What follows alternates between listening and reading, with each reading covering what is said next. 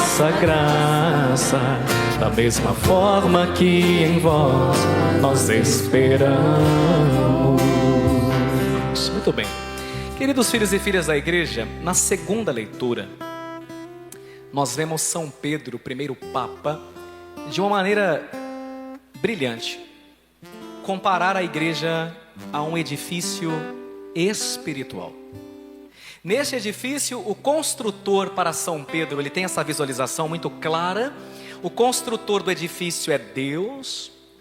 Os tijolos não são constituídos de barro, mas os tijolos são pedras vivas, e estas pedras vivas são as pessoas. Olha só que verdadeira aula de igreja, a gente chama isso na teologia de eclesiologia. Que aula de eclesiologia? O construtor é quem? É Deus, né? Os tijolos são tijolos? Não, são o quê? Pedras vivas. E as pedras vivas são quem? São as pessoas. Como acontecia no mundo antigo, as construções sempre começavam.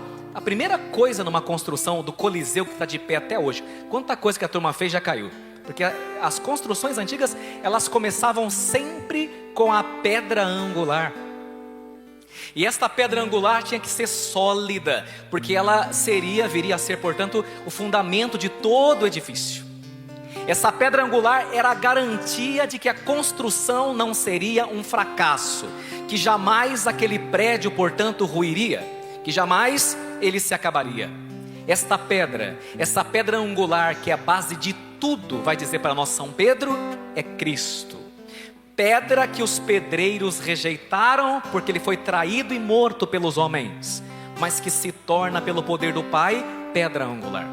Esta pedra rejeitada e jogada no sepulcro na sexta-feira santa, o Pai vai buscá-la no domingo de Páscoa, e a partir dela começa uma nova história, uma nova construção. E foi sobre ele, Cristo, a pedra angular que é sólida, que não deixa o prédio cair, que depois Deus foi colocando as demais pedras vivas. Homens e mulheres batizados de todas as épocas, com as mais distintas vocações, que, unidos a Jesus, formam um novo e imenso templo vivo.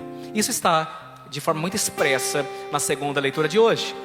Mas para não pensar que o padre está forçando a explicação, eu citarei Efésios 2, versículo 20 a 22, quando não mais São Pedro, mas a outra coluna da igreja, São Paulo vai escrever aos Efésios. Ele escreve assim: vós fostes integrados no edifício que tem como fundamento os apóstolos e os profetas.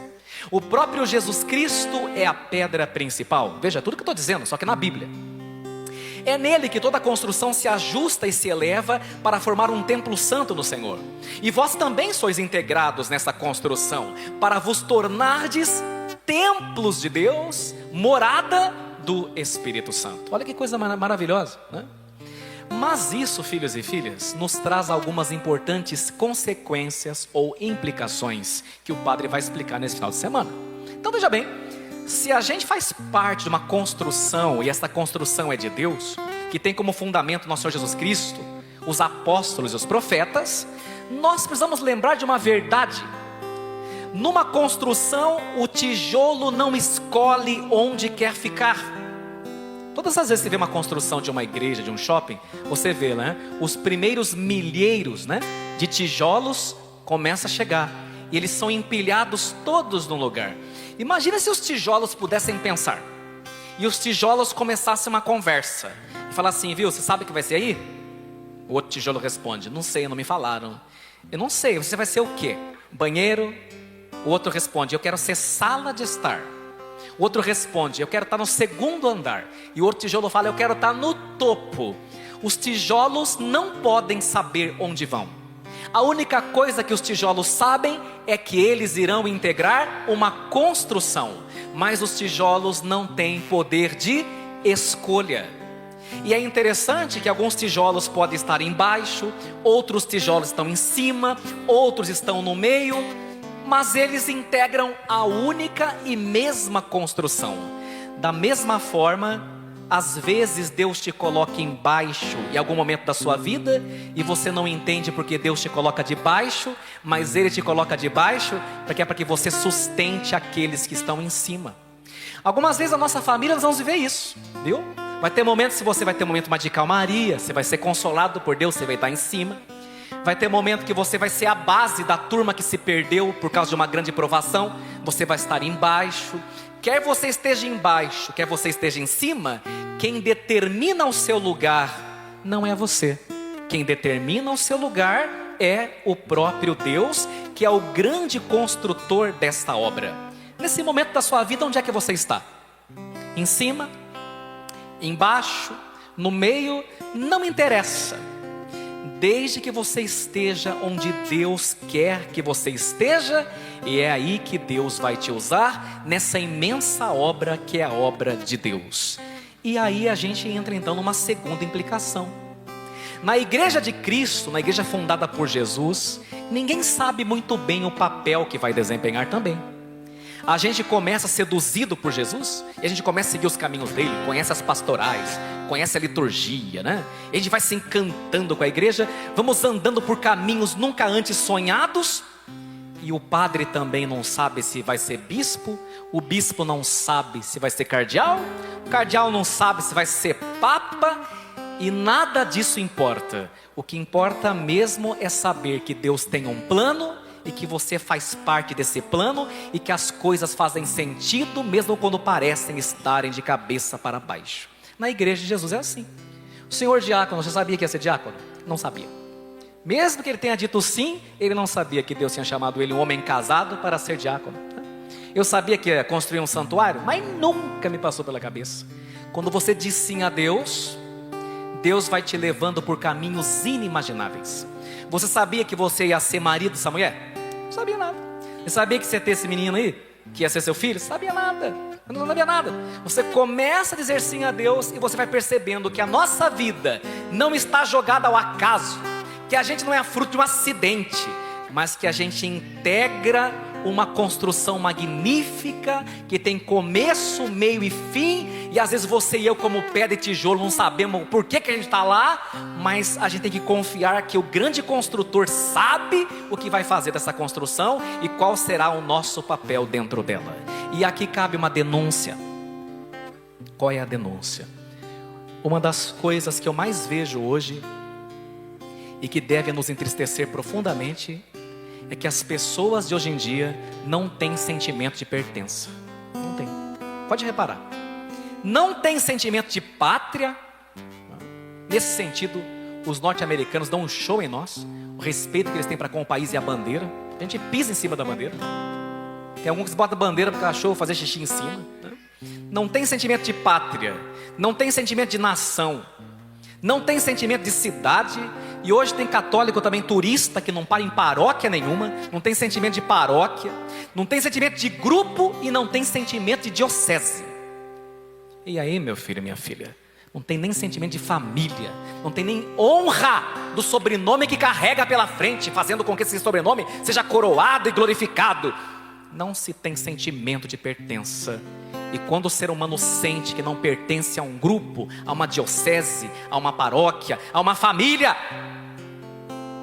ele não se identifica com mais ninguém, porque ele não pode comungar dos mesmos valores e ideais, ele perece, a vida vai deixando de fazer de sentido, e ele se sente então mesmo rodeado de pessoas, sozinho neste mundo.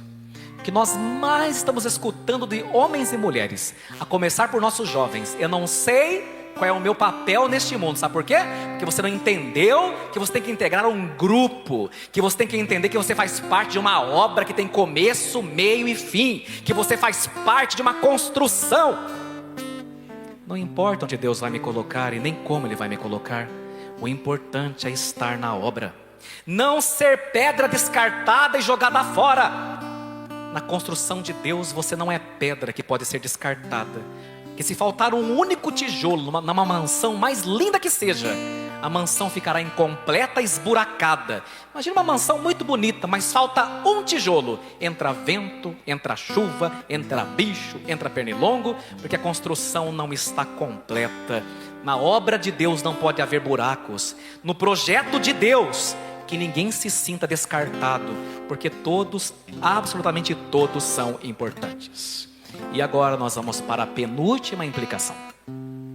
Existe uma obra muito famosa, todo mundo já viu, pelo menos em desenho, chamada do Lewis, né? Lewis, chamada Alice no País das Maravilhas. Num determinado momento, a Alice está perdida.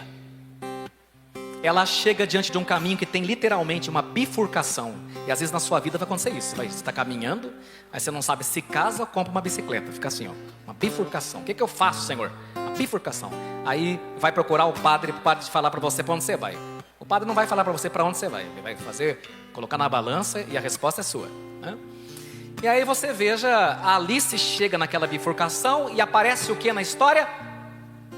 Um gato. E ela pergunta para o gato: seu gato, para onde vai esse caminho aí? Onde vai dar esses dois caminhos? E o gato, para surpresa dela, lhe devolve a pergunta. Em vez de responder para onde dá o caminho, ele pergunta: para onde você quer ir? Ela responde: não sei, eu estou perdida. Fala: então pega qualquer um. Porque para quem está perdido e não sabe para onde vai, qualquer caminho serve. Enquanto você não sente que você faz parte de uma família, que você faz parte de uma igreja, que você integra uma construção, que é um Deus que conduziu sua vida, você é um peixe fora d'água, porque você é peça que não se encaixa.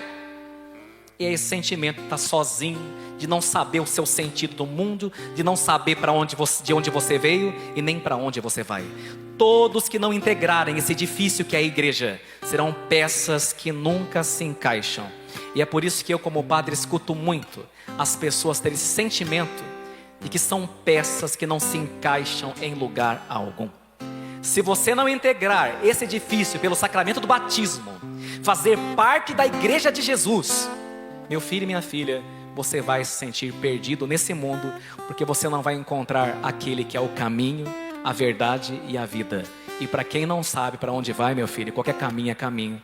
Não entendeu que só Jesus é o caminho, a verdade e a vida. E agora eu posso terminar com a última implicação. O homem gostava muito de construção. Hoje estou falando só de construção, né? E aí, ele estava passando por uma obra que parecia ser portentosa, mastodôntica. Passando por ela, vendo os homens trabalhando, ele interrompeu a viagem dele, deu seta, passou, chegou no primeiro pedreiro e perguntou: puxa, que obra! O pedreiro nem deu bola. Ele olhou para o pedreiro e falou assim: e o senhor está fazendo o que aqui? O pedreiro olhou para ele e falou assim: você é cego? Estou carregando pedra. Eu carrego pedra. Ele ficou chateado com a resposta, mas foi no segundo. Chegou no segundo pedreiro: puxa, estou encantado pelo jeito, que tamanho dessa obra. O que vocês estão fazendo aqui? E o segundo, com o mesmo mau humor, respondeu: você não está vendo? Eu carrego entulho. Se eu não tirar entulho, a obra não vai. Quase desistindo, ele deu uma última chance e chegou no terceiro pedreiro. O terceiro pedreiro já começou: bom dia, tudo bem? De onde o senhor vem? Já começou entusiasmado. Ele falou: agora ele me responde: me conta uma coisa, o que vocês estão fazendo aqui? E o pedreiro, com um sorriso iluminado, falou assim: olha, eu faço parte de um grande projeto, porque aqui a gente está fazendo uma linda, imensa catedral, e eu tenho orgulho disso. Meu filho e minha filha, tem 3 formas de viver nesse mundo. A primeira, gente que não sabe o que está fazendo no namoro, não sabe o que está fazendo no trabalho, no serviço. É gente que carrega pedra. Mandaram fazer, ele faz. Tem um segundo tipo de gente. Gente que carrega entulho, que é aquela gente com espírito de urubu, que só vê o que está dando errado, só vê defeito, não vê qualidade em ninguém, é só defeito.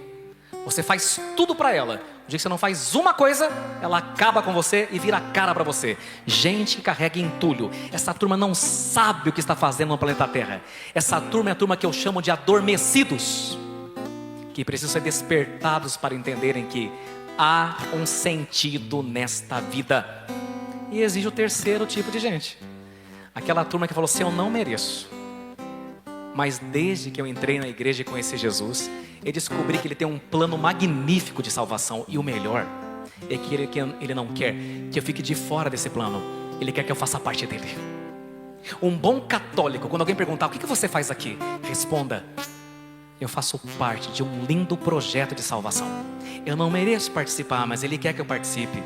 E a parede do templo vai ficar esburacada se eu disser não, se eu não me integrar, se eu não participar.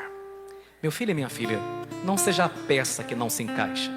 Não seja a pedra descartada pelos pedreiros. Não seja a pedra fora da construção.